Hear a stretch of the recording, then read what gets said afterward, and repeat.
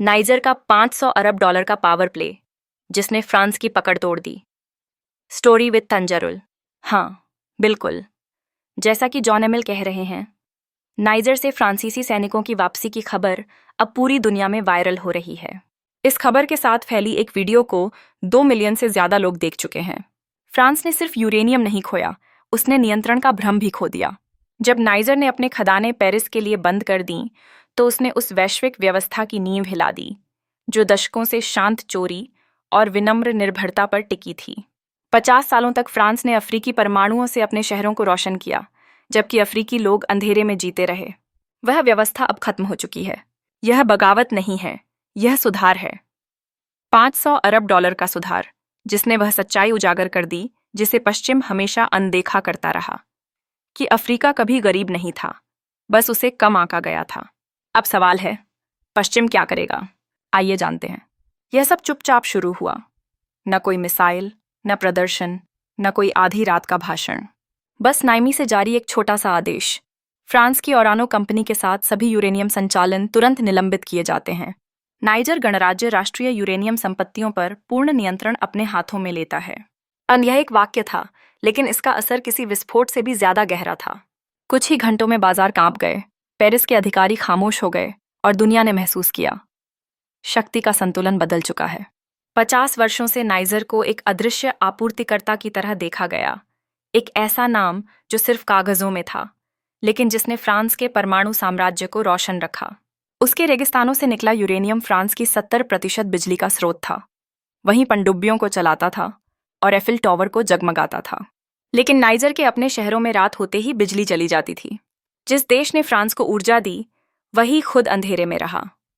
इतना निर्दयी विरोधाभास कि उसे शब्दों की जरूरत नहीं। यह अन्याय दशकों तक जिंदा रहा, युद्धों में, तख्ता पलट में, नए राष्ट्रपतियों के दौर में। हर विकास सम्मेलन, हर दोस्ती भरी बैठक और हर सहायता रण के बावजूद यह चलता रहा। लेकिन 2025 में यह दीवार टूट गई, क्योंकि इस बार नाइमी में एक ऐसी सरकार थी जिसे ताली नहीं, नतीजे चाहिए थे। यह फैसला अचानक नहीं आया, यह महीनों की निराशा का नतीजा था। फ्रांस की ओरानो पर आरोप लगे कि उसने स्थानीय निवेश की अनदेखी की, नाइजर की आधारभूत संरचना में योगदान नहीं दिया और कीमतें बढ़ाने की मांग को नजरअंदाज किया। नाइमी की आर्थिक न्याय की अपीलों को लोकलुभावन बयान कहकर ठुकरा दिया गया। वह अहंकार हमेशा की तरह जारी रहा, जब तक नाइजर ने बातचीत ही खत्म करने का ऐलान नहीं कर दिया। जब यह घोषणा हुई तो फ्रांस ने इसे आक्रामकता कहा, लेकिन साम्राज्य हमेशा स्वतंत्रता को यही नाम देते हैं। नाइजर ने हमला नहीं किया, उसने गणना बदली। उसे एहसास हुआ कि वह आधुनिक सभ्यता के सबसे अहम संसाधन का आपूर्तिकर्ता है, फिर भी उसे उससे कम लाभ मिलता है जितना किसी फ्रांसीसी सलाहकार को गवर्नेंस प्रोग्राम डिजाइन करने में। यह असमानता विकृत थी। दशकों से सैकड़ों अरब डॉलर मूल्य का यूरेनियम गया और बदले में नाइजर को बहुत थोड़ा मिला। घोषणा के 2 दिनों के भीतर ही पेरिस में हड़कंप मच गया। ओरानो के अधिकारियों ने मान लिया कि वे अब अपने 1500 टन यूरेनियम भंडार तक नहीं पहुंच सकते, जिसकी कीमत लगभग 1/4 अरब डॉलर थी। यह मात्र खनिज नहीं, नियंत्रण के हस्तांतरण का प्रतीक था। फ्रांस के ऊर्जा मंत्रालय ने आपूर्ति में संकट की चेतावनी दी और वित्तीय बाजारों में झटके लगने लगे। ऊर्जा निवेशकों ने वह देख लिया जो राजनेता मानने को तैयार नहीं थे, कि अब एक पूर्व उपनिवेश का निर्णय यूरोप की औद्योगिक नींव को हिला सकता है। लेकिन नाइमी में कोई जश्न नहीं था, सिर्फ शांत दृढ़ता। सरकार ने कहा, हम जब्त नहीं कर रहे, हम पुनः प्राप्त कर रहे हैं। यह वाक्य छोटा था, पर इतिहास बदल गया। यही है नया अफ्रीका, जिसे मान्यता नहीं, संतुलन चाहिए। फ्रांस की अर्थव्यवस्था एक दिन में नहीं गिरी, पर उसका आत्मविश्वास टूट गया। आधुनिक इतिहास में पहली बार एक साम्राज्य का विश्वास किसी युद्ध से नहीं, बल्कि एक ना से टूटा। नाइजर ने बस यह कहा, अब पुराने नियम नहीं चलेंगे। यह बगावत नहीं, गणितीय विद्रोह था। उन्होंने आंकड़ों में देखा कि निर्भरता का गणित अब काम नहीं कर रहा। फ्रांस ने अफ्रीका से जितना लिया और अफ्रीका को जितना मिला, उसके बीच 500 अरब डॉलर का अंतर था, और अब वह नैतिक रूप से अस्वीकार्य हो चुका था। जिस रेगिस्तान को फ्रांस बंजर कहता था, वह अब 21वीं सदी का सबसे रणनीतिक मैदान बन गया है, जहां शक्ति हथियारों से नहीं, इरादों से मापी जाती है। लेकिन सवाल है, फ्रांस अफ्रीका की संपदा पर इतना लंबा नियंत्रण कैसे रख पाया? फ्रांस की शक्ति केवल राजनीतिक नहीं थी, वह विद्युत थी।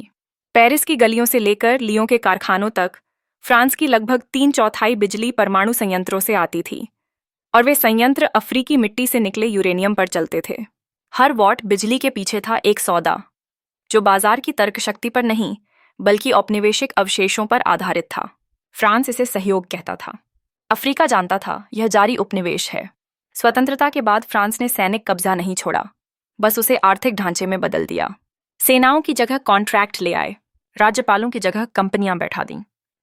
और रानो, जो पहले एरेवा थी, वह नया औपनिवेशिक दफ्तर बन गई, जो कॉरपोरेट के मुखौटे में एक मंत्रालय की तरह काम करती थी। नाइजर जब भी बातचीत करता था, वह किसी निजी कंपनी से नहीं बल्कि छिपे हुए फ्रांसीसी राज्य से करता था। दशकों तक आर्लेट और अकोकान की खदानों से यूरेनियम पेरिस तय कीमत पर जाता रहा। कहा गया, कीमत स्थिरता के लिए। असल में मतलब था, फ्रांस वैश्विक दर से बहुत कम भुगतान करता था। बदले में नाइजर को विकास के वादे मिलते थे, कभी कोई स्कूल, कभी कोई क्लिनिक, छोटे छोटे प्रतीक जिनका मूल्य उस लूट के सामने कुछ नहीं था। हर यूरेनियम की खेप भविष्य से एक घटाव थी, जिसे प्रगति कहा गया। इस व्यवस्था को मजबूत बनाने वाली चीज उसकी वैधता नहीं थी, बल्कि उसकी मनोविज्ञान थी। फ्रांस ने अफ्रीका को विश्वास दिलाया कि अगर उसने बंधन तोड़ा तो उसकी अर्थव्यवस्था ढह जाएगी। इस तरह निर्भरता को शासन में गूंथ दिया गया। फ्रांसीसी सलाहकार मंत्रालयों में बैठे CFA फ्रैंक मुद्रा के जरिए नीति नियंत्रित की और सहायता के नाम पर पैसा वापस अपने ठेकेदारों को दे दिया। यूरेनियम तो सिर्फ एक संसाधन था, पर वह कुंजी थी जिससे भ्रम कायम रहा कि अफ्रीका निर्भर और गरिमामय दोनों हो सकता है। लेकिन निर्भरता की भी एक आयु होती है।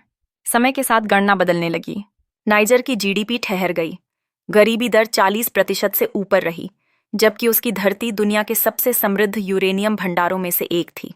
फ्रांस की समृद्धि और नाइजर की गरीबी समानांतर रेखाओं की तरह रहीं, जो कभी नहीं मिली।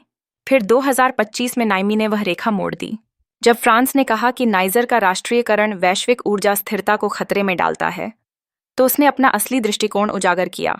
स्थिरता का मतलब है बाकी सब पूर्वानुमेय रहें। असल में अस्थिरता अब पेरिस में थी, जहां नाइजर के यूरेनियम की जगह लेने की लागत दुगनी हो गई। अब फ्रांस को वही वैश्विक दर चुकानी पड़ रही थी जिससे वह दशकों से बचता रहा। और यह नुकसान केवल संसाधन का नहीं, बल्कि उदाहरण का था। फ्रांस के अफ्रीकी सौदे, गैबोन का तेल, माली का सोना, सब इसी असमानता पर टिके हैं। अगर एक देश यह दिखा दे कि अनुबंध शोषक था और फिर भी बच निकले, तो बाकी देश भी पीछे क्यों रहेंगे? नाइमी की अस्वीकृति ने गहरी बात कही। यूरोप की समृद्धि जब पीछे जाकर देखी जाए, तो वह उन सौदों पर खड़ी मिलती है जो उजाले में टिक नहीं सकते। फ्रांस के लिए सबसे कड़वी सच्चाई यह है कि वह कभी अफ्रीका के बिना रहना सीख ही नहीं पाया। उसकी बिजली व्यवस्था, उसकी कूटनीति, उसका औद्योगिक आत्मविश्वास, सब उसी औपनिवेशिक नाल से जुड़े थे। अब वह नाल खुलेआम काटी जा रही है। जो बिजली कभी अफ्रीका के खनिजों से यूरोप के शहरों तक बहती थी, अब उल्टी दिशा में बह रही है, राजनीतिक शक्ति के रूप में। फ्रांस ने उधार की रोशनी पर साम्राज्य खड़ा किया। अब अफ्रीका ने वह स्विच अपने हाथ में ले लिया है। आइए एक पल के लिए स्टोरी विद तंजरुल समुदाय को धन्यवाद दें, जहां अफ्रीकी आवाज़ों की कहानियां, विरासतें और सत्य जीवित रखे जाते हैं।